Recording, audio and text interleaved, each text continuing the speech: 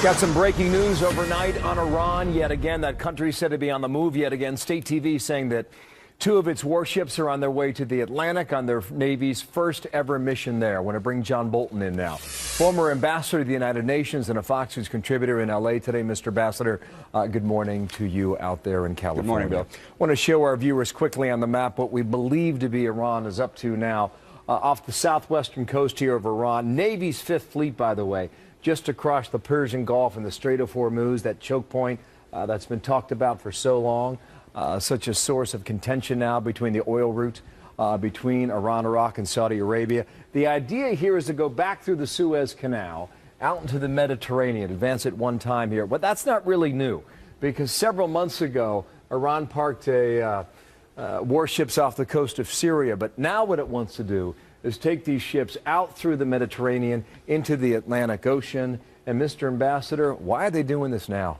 They must feel really good with all this attention. Well, they certainly do, and they have reason to feel good, as the November agreement from Geneva on the Iranian nuclear program takes effect. That agreement represents a significant victory for Iran. They made temporary, easily reversible concessions on their nuclear program. They've broken through the Western regime of international sanctions.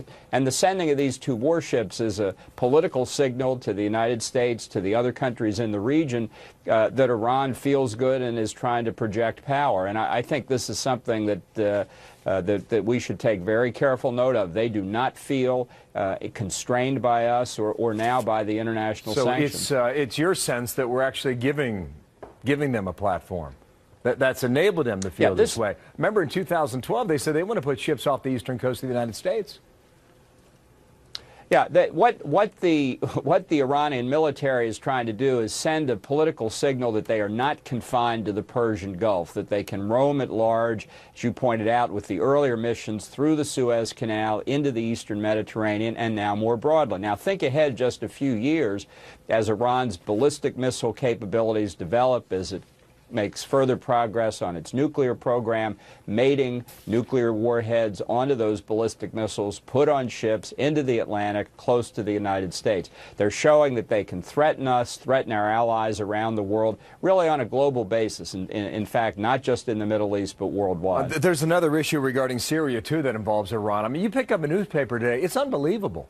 I mean, Iran is in the mix in all these major international stories today. So the story here is that the U.S. did not want the Iranians to be at this peace negotiation table regarding the war in Syria. And now the Iranians have been disinvited. What do you see on there? Well, on the surface, this is a horrible mistake by the United Nations and UN Secretary General Ban Ki-moon, who invited the Iranians purportedly against America's wishes. I'll say this, I don't think we know the whole story yet. I don't think Ban Ki-moon, whom I've known for over 20 years, one of the world's most cautious diplomats, would have extended an invitation to Iran unless he thought he had American approval. So while the UN has clearly made a mistake, I think the U.S. is in the mix here, too. Secretary of State Kerry said a few weeks ago, you know, maybe Iran could participate in this next round of Syria talks. I think it's an indication that the administration is tilted very heavily toward Iran. I think that's a huge mistake from the U.S. perspective. I think the Iranian negotiators have taken us to the cleaners repeatedly. And so I think while the surface mistake here is the UN's, I think the U.S. is implicated in this mistake. Well, now back up just a little bit here. If we're to believe that, then something had to happen or change within the relationship. You're saying originally the U.S. government wanted Iran to be a party to this, and then in the past 24 hours we said, forget it, we don't want you there. What changed? Well, I think the explanation is clear that the Syrian opposition said, we're not going to any peace negotiation where the Iranians are involved. The Saudis probably said the same thing. Now today you have the Russians attacking the UN for withdrawing the invitation. This is a mess. And one of the reasons it's a mess is that the United States, under President Obama and Secretary Kerry, have misjudged the situation in Syria for 3 years. They have said repeatedly, Secretary of State Clinton did as well, that we had a common interest with Russia in stability in Syria. That has always been wrong. Russia's interest is keeping Assad in power, and they've been very successful at it. So, right, so this through is all of this, through all of this, Iran feels emboldened. I mean, they really have. I'll get to the last word on here, but they really have a different sense of themselves through all this. They have pushed their way onto the world stage, and they have that platform now. Iran's power is growing.